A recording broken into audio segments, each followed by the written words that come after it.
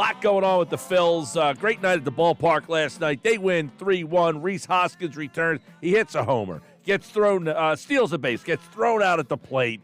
But all of that, it was just a fun game, a fun atmosphere, Frank, and another well-pitched game for Zach Wheeler. David Dahl goes yard last night, so it was a fun night at the ballpark.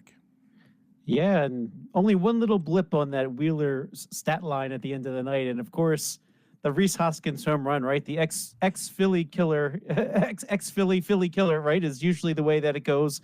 You know, everybody, it always seems when they come back to Philadelphia, they got to do something. So, but no, by the way, I just could not believe, and I know you were interacting with me on Twitter a little bit, but all the national people suggesting that the Phillies fans would boo Rhys Hoskins. Man, that was, I don't know where that came from. And, I saw the Milwaukee Journal-Sentinel with the old, they booed Santa Claus tropes and stuff like that. So, but no, I think you saw last night what the Philadelphia fan is. They're very appreciative of their longtime players. And and by the way, the resale market tickets were going for good money last night. People were really happy to see Rhys Hoskins, and I think they were also much happier even over a Phillies win. Yeah, and obviously, he gets the great ovation. He hits the home run. I couldn't tell. Like, it kind of seemed mixed on the home run. Like, it seemed like there was some boos, cheers. But, hey, listen, you got the standing O. Welcome back, but you can't hit a home run against us. Honestly, Mike, I think some people that were booing the home run were laughing as they booed, and then by the time he got to home plate, they gave him a nice,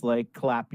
Like a politer golf clap than a standing ovation, but I think that a lot of those boos were in jest when Hoskins hit that home run. Yeah, and obviously he comes back and he hits the home run, so it's fun because the Phillies win the game. So you kind of got everything in the game last night. You got a David Dahl home run. So Frank, let's talk a little bit about how you see the left field, outfield situation. There has been some reporting now. Jim Bowden says, look, they're calling for outfielders. Jeff Passan mentioned 3 outfielders' names. We'll get to that in just a minute here. But how do you see this outfield situation going with now Brandon Marsh out? Well, the Phillies did call David Dahl up, and to do so, they had to add a roster spot. I got to check. I don't believe he has any minor league options available. So if he's going to be up, I think the Phillies need to give him a good look, especially against right-handed pitching, because the moment that they go to cut him off the roster, then they risk losing him altogether. So I think the Phillies have always taken an approach where they really want to keep as many people as they can and really only eliminate people from the roster when they absolutely have to. So what I think you're going to see is against right-handed pitching, which is more of the time than not, you'll see David Dahl starting in left field where Brandon Marsh would have. And then maybe against a lefty, maybe that's when you see the Rojas Pache outfield combination in left and center there. But I think they're going to give him some opportunities to show that he needs to belong. And so that will happen over time. Yeah, I mean, obviously, Dahl, you can give some more background on this. He was an all-star. Here's a guy who was a first-round pick in the draft. So he did have some credentials, was an all-star, kind of how did we get here, I guess, with Dahl, where he doesn't make the roster. He's been bouncing around a little bit. Yeah, the thing about David Dahl, he was, let me ask you this, though, Mike, how many times have there been players, like I think of Aaron Altair, comes up, has a really nice season, the league makes adjustments, and then he never really amounts to much. Then, of course, you have the likes of Dominic Brown, who has that little stretch, becomes an all-star, never really comes back again in the major leagues. So, it really does require not just to get up into the major leagues and have a good year, but you need to learn how to adjust to the league after they adjust to you. And, maybe someone like David Dahl, maybe he does have something left in the tank. Maybe the older, more mature player has figured out some of that and he can stay competitive. I think the odds tend to be against somebody like him, but the David Dahls of the world, I think they're the type that you always add a few of them at spring training, and sometimes they work out, sometimes they don't work out. More often they don't work out, quite honestly, but you want to have some people at AAA where if you have 2 guys hit the injured list at the same time, like happened to the Phillies yesterday, you can call one of them up and see what they've got. So I think David Dahl is in that category, and every once in a while somebody comes back and surprises you. Thinking back over the years, a lot of players have had sort of second life.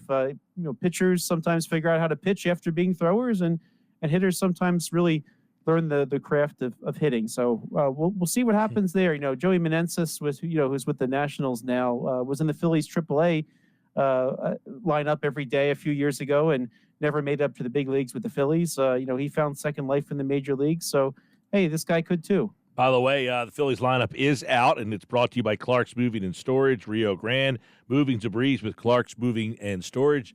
Frank and I will get your live reactions. Schwarber, Realmuto, Harper, Bohm, Stott, Castellanos, Dahl, Sosa, Rojas. So same lineup as last night. They're going right back with Dahl, I guess. Now, I thought last night was interesting because the Brewers originally had a right-handed pitcher. They switched to a lefty, but the Phillies, I guess, kept Dahl in the lineup there, and he's back in the lineup tonight after the night he had 2 hits in the home run last night. But it doesn't seem like I guess some people thought Merrifield might get that opportunity to kind of be more of the everyday left fielder, and it doesn't seem like that's going to be the case, at least not initially. Well, tonight's quote-unquote starter for the Brewers is a lefty, but, Koenig is not really a starter. He's made 3 starts all year. I think he's coming in as an opener. That seems to be what the Brewers are doing these days. So I think you're going to see most of the game. The problem with these opposing teams and their openers, you kind of lose track of who's in the rotation and pitching on what day, right? Because they're never listed.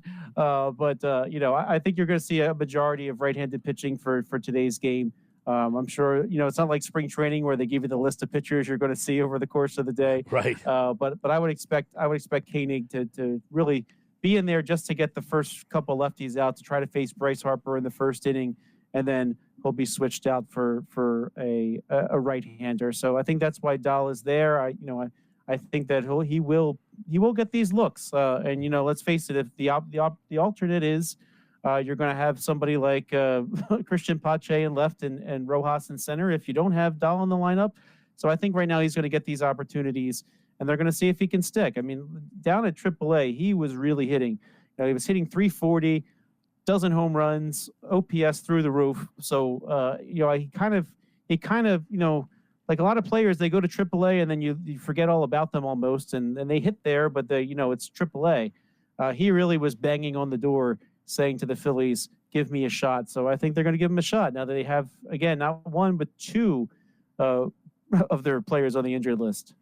Let's get a question on the same topic here from Greg. He says, because of the injury, will they try to speed up the process and maybe add someone, or are they going to take their time with this? I don't know what you think about Marsh's, how long he might be out for, but any players, do they try to speed up the process because Marsh is out, or they just feel okay with what they got?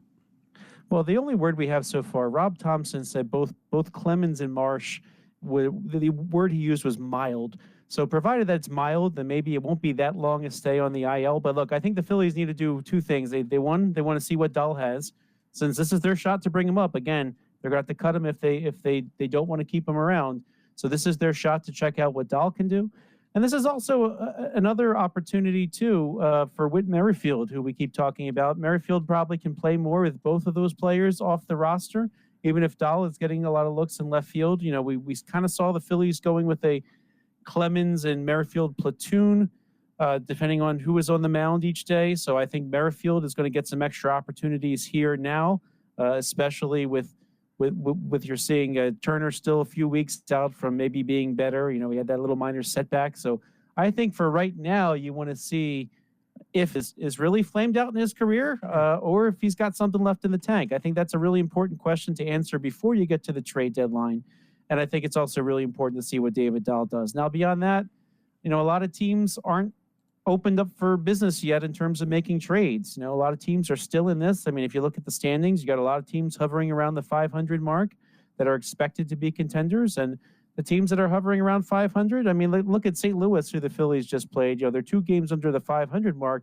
That's a team that usually doesn't give up when they're 2 games under the 500 mark, right? So you kind of expect them to go on a run, right? So Chicago, 2 games under the 500 mark. You expect them to be around. San Diego, 1 game over. And even San Fran and Arizona, both of them are 3 and 4 games under the 500 mark. You expect them to do better too. So none of those teams are going to be opening up for business in terms of making trades. So in terms of what's available out there, in terms of who's able to contribute something in your own house, I think that's going to take a while to play out. So I don't think there's any added sense of urgency. I think they could look in the outfield later, again, depending on too and how the likes of Rojas do, for at the plate, and whether or not they feel like that they want to go to the playoffs with Rojas in there all the time. I think that's a question remaining to be answered. So it doesn't surprise me that they're keeping an open eye for outfielders, but I don't think that sense of urgency has been in any way ramped up lately. Now, Jeff Passett over at ESPN.com listed the Phillies as one of 6 teams that would be definite adders. The Braves, the Orioles, the Dodgers, the Yankees, the Mariners, and the Phillies as teams that will definitely be adding. He mentioned, that outfield would be the spot. He mentioned 3 guys, Randy Arozarena, Kyle Tucker, and Luis Robert as the guys that they would be possibly, that could be moving. White Sox, Tampa. Arozarena's been dreadful, but I love him. I'm a big Arozarena fan, but I don't know if he's got anything left to say. Kyle Tucker would be very interesting. Another left-handed bat. Those 3 guys there, anything from you? I don't think Arozarena is a fit on this roster, just like Rhys Hoskins wasn't a fit on this roster anymore. I don't think he's got a position he can play, and I really don't think you want to put Kyle Schwarber back into the outfield. So I didn't think that was a good match for the Phillies. Kyle Tucker, what a great prospect he was, and an untouchable. As the Phillies and other teams made deals with Astros over the years, he is a very, very nice player. And as you said, that would be a nice lefty bat that you could put in the outfield and feel good about the defense. That's kind of a starter level player that you're adding here. And then Luis Robert, I don't really know his story. He seemed to have been underwhelming the last few years, but the White Sox, of course, are going to be open for business. The White Sox really, really floundering there in the AL Central. And I think they would like to get a return on some of these assets. And by the way, batting 214 in the major leagues, now currently in the minor leagues, I don't know if that's kind of a project player. And I don't know if the Phillies are looking for a project as they try to go to the World Series. So if this was the off season and they think back a couple of years when they had no center fielders, it seemed like, and they had to do something, maybe you would take a flyer on someone like him. But I don't know that the Phillies are in line to have some sort of reclamation project while they're trying to go to the World Series. All right, a couple questions. Michael wants to know, why not leave Stott at short, put Turner at second when he returns? Turner played second with the Dodgers. He's also played center field. That's been floated out there as well about moving him back to the outfield and keeping Sosa at shortstop. But do you see a change in position for Trey Turner when he returns? I do not see any move happening the moment that he returns. I think if you look back at his history, he did play second base in Los Angeles when Corey Seager was the shortstop, when the Nationals sort of surprised everybody and traded he and Scherzer over to the Dodgers at the 2021 trade deadline.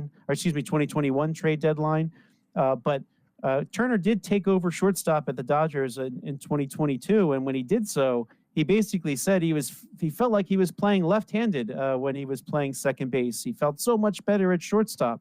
And so I think that represents a really big move for somebody like Turner, someone the Phillies gave an 11-year deal to and basically committed the shortstop position to him for a long time. Now, does that mean he will stay there forever and ever? I don't necessarily want to commit to that. I think there's a possibility he could change positions at some point, but I think right now, if you're talking about this year, even though we had some defensive miscues before he went down with the injury, I think that's the type of reimagining of the roster that you do in an offseason. Bryson Stott, very, very good at second base. When I think back to when the Phillies drafted him, a lot of people felt that he would land at second base permanently whenever he settled into the major leagues, and that's kind of what he did. I mean, I think, you could say, well, Edmundo Sosa is playing really great, so he's playing shortstop. Well, let's also remember Edmundo Sosa could play second base too if they were going to do that. So I don't think you're going to see any type of change like that in the interim. But will the Phillies at some point, some offseason, decide to reimagine their defensive alignment? I think it's possible, but I think a lot of that depends on who's coming and who's going. Nick Castellanos becomes a free agent after next year. That's like really the last position of the starting players that you're going to see sort of first one to go. And then at that point, you start thinking of him as an outfielder again. And, as you said, he played 73 games in center field when he first came up with the Nationals. I don't know that they would think of that right now. I think right now they'll probably leave him where he's comfortable, where he's signed to play, and any major tinkering like that might happen in the offseason. But yeah, I think that's also kudos to Bryson Stott, who played pretty well at the position. I mean, he did replace Didi Gregorius and kind of shored up the job as the Phillies went to the World Series in 22. And he's been pretty good when they've thrown him over there the few times that they have this year. So I think that he might be capable at shortstop still, but I think the long-term plan was always maybe second base. And I think that reimagining is too big to try to do in any season. All right, Frank Klose, 97.3 ESPN.com covers the Phillies. His mailbag, a couple more questions there. You take a look at this team, as many people have said, outfield seems to be the spot that they're looking at. Edmundo Sosa is a guy that Rob Thompson mentioned as a potential outfielder. Is that something that you could – I know they tried him out there a little bit last year. It didn't really stick. But is Sosa a guy who's a candidate to play the outfield? Hey, you know what? He's maybe a natural infielder, but they kind of got him with the idea that he could be a utility player, and utility players sometimes play the outfield when you need to. He's certainly got good range to his left and his right. I mean, I think he's he doesn't have a whole lot of experience playing some of those hit hard fly balls to the outfield and line drives to the outfield, but I wouldn't hesitate to give him a shot. I mean, if you remember, even the 2008 Phillies, they had Eric Bruntlett as the defensive replacement in left field for Pat Burrell at the end of games. So I think he's athletic enough that he definitely could. And, a guy like that, when you're at full strength, you want to try to find a way to get at bats for players like that. And if Sosa is deserving of at bats, if he continues to play this well, then yeah, that seems to be, as you said, outfield seems to be where there's openings. Well, he might get the first crack at it. All right, let's get another question in. Kobe Allard, how is he still on the 40-man? You take a look at, you were talking about having to make some 40-man possible roster decisions here. Do they have some that they can make if they need to? Yeah, I think what you just said there is the need to. Now, Kobe Allard, he and Spencer Turnbull, they signed both of them kind of with the idea that they had minor league options. You could put him at AAA in case you need a starter, and as you saw, Spencer Turnbull stuck with the Phillies, and he's been pretty good. 3-0, 2.64 ERA, 6 starts, 7 bullpen appearances. He's been a really nice player in the major leagues. Now, Kobe Allard, he went down to AAA, and he has not been that great. At ERA is almost 10, 0-5 record, and essentially he kind of lost his rotation spot at AAA Lehigh Valley. So why is he still on the roster? Well, you don't really remove players unless you absolutely need a spot. Now, the Phillies did indeed make a couple of transactions this week, and certainly we know that the move to bring up David Dahl required that they open a spot on the 40-man roster, and Michael Rucker, who you may not even remember at all because he only made 2 spring training appearances, he got moved to the 60-day IL. That created a spot. Dylan Covey, he just moved to the 60-day IL because they just claimed a pitcher from the Athletics named Freddie Tarnock, who's going to be who was optioned down to AAA. So the Phillies have had moves that they can make before they cut somebody, but I think with a lot of players, you're going to see that eventually they're going to get to the point where they're up for a roster crunch. And let's be honest, this is a game of performance, and the lowest performers are going to be the ones who get cut. And by the way, I think unless you're Taijuan Walker, right? Well, honestly, you know what? Since you brought him up, Mike, I'm not that worried about Walker there. When you consider what he's given them in terms of innings, and yeah, he's given up some runs, but you got to remember he's a 5th starter in the major leagues. He is not the team's ace. He is not the number 2, not the number 3, and not even the number 4 at this point. So I can live with one starting pitcher like that on the roster, knowing that he's going to at least give the innings. And let's be honest too, like I've said this before, Spencer Turnbull, they're worried about his innings since he's pitched more than 56 just once in his career. I think that if you get towards the end of the season down the stretch and one could perform better than the other, then you might see some moves there. But honestly, I said the same thing yesterday, Frank, is look, they just want him to eat up 5-6 innings a week in June and July. He's not going to pitch in the playoffs. Right. And you saw that last year. He was not really an option in the playoffs. When you get to the playoffs, you play with the front half of your roster. With the days off in between, you don't need to rest people like you would during the season. So I am okay with my fifth starter going deep into games as he's able to and not killing the bullpen. And have they won have they won some of his starts? Absolutely. So it's not like it's a guaranteed loss every day. And quite honestly, the Phillies very well could have won the other day when he started. I think they were just 3 for 17 with runners in scoring position. Yeah. That was a very winnable game that the Phillies did not win. Yeah, I agree. I mean, listen, if you told me to replace him and I gave me the option, sure. But I do also agree that the Turnbull thing, the innings there, and other than Spencer Turnbull, they don't really have a lot of other guys. So it's, hey, we're paying this guy $18 million. We're going to throw him. And that factors into sometimes why I think he stays in the games longer than possibly he would, because it's like, hey, we need this guy to get us 5 innings to try to save the bubble. So he might – there are games where probably you're saying, why isn't Thompson getting him out of here? And it's like, you know what?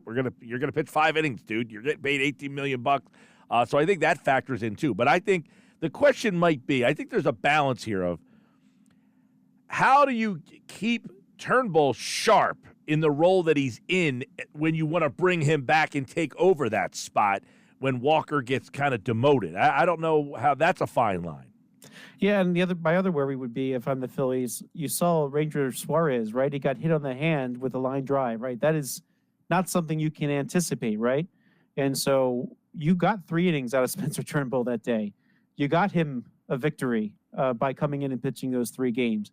If he's in your rotation, you just get rid of Taijuan Walker, well, then what do you have? So, you need to keep that depth in and around the roster for when you need it. And, let's face it too. I mean, Suarez, it sounds like they dodged a lot of trouble, but if tomorrow all of a sudden his hand is swollen and they say, you know what, maybe he shouldn't start this weekend in London. Yeah. And then all of a sudden you're kind of screwed. So I think it's good to keep as many players around as possible. Now the question was about Colby Allard. I mean, he might not be someone who's pitched himself into the equation, but Michael Mercado pitching very well at AAA. They do have a little bit of other depth, but not a ton of other depth. Mm-hmm. And so when you don't have a whole lot of depth, you want to really keep as much around as you possibly can. And then when it's time to go for the kill in the playoffs, you put your best half forward. And quite honestly, right now for Phillies, well ahead in first place, the National League East, they don't really need to shake it up. It's not like they're a 500 team just trying to stay alive and trying to see what they can do to get above water. Some teams are doing that right now. They might be more willing to move a Walker aside, but the Phillies are winning overall, so there's really not that sense of urgency. Yeah, I think why they have this pad of the standings right now, if they can keep getting 5 innings out of him. Now somebody just texted in $70 million for the 5th starter. Yeah, no, this is a regrettable signing. There's no question about it. They could undo this deal. They would undo the deal. But this is what they have, and they have him for 2 more years, by the way. Awful deal, awful signing all around. But if I'm going to pay the guy $18 million, you're going to get me 5 innings, whether you're walking guys, getting shelled or not. It seems to be the case here. And one of the things that people don't tend to think of when the Phillies signed Walker, they were facing losing Wheeler and losing Nola to free agency. Now, what if you had lost both? You needed somebody to take the ball and go into the mound. Now, luckily for the Phillies, they were able to come to terms with both Wheeler and Nola. And, you have Ranger Suarez around for a couple more years. So the rotation actually kind of worked out for the Phillies. Now, they ended up with one of the guys they expected to have the ball every 5th day by now, having Tommy John surgery, right? Andrew Painter, right? And Sanchez came out of nowhere. Yeah, and Sanchez, I was a little nervous for the Phillies, thinking that, okay, you're going to give this guy the ball every 5th day. He was kind of a nice player, but I didn't know he was ready to take that step, and he has. So you were at the point a couple years ago where you really felt like the Phillies were really walking a tightrope and needing to have arms and just anybody to pitch the ball. Luckily for them, they were able to keep their top 2 pitchers, and Ranger Suarez is still around. So having that good rotation, you don't need to worry so much about whoever takes the ball 5th. Frank Klose answers your Phillies mailbag questions every Tuesday here on the Sports Bash. You can hit him up on X at Frank Klose. And, of course, Tuesdays on the Sports Bash on 97.3 ESPN, the free mobile app, and streaming live video on the X platform at 973 ESPN. Use the hashtag SBLive. Thank you, Frank. Thank you, Mike.